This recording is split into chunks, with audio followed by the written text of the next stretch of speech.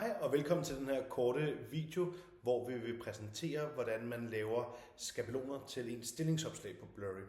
Det er typisk sådan, at mange virksomheder altid har en intro og en outro, hvor de gerne vil fortælle noget til den enkelte kandidat på det enkelte jobopslag, ud over selve jobopslaget. Her der starter man med at fortælle, hvad skal skabelonen hedde. Den kan hedde generisk udvikler, kunne det være. Og så har man en introduktion, som man kan tilføje her. Det kunne være, at man havde ville skrive, tak fordi du tager dig tiden til at ansøge hos virksomheden. Du er nu i gang med vores pre-screening flow. Så frem du bliver udtaget blandt anonyme ansøgere, vil der være følgende proces, en proces, og at man ser frem til at høre fra dem.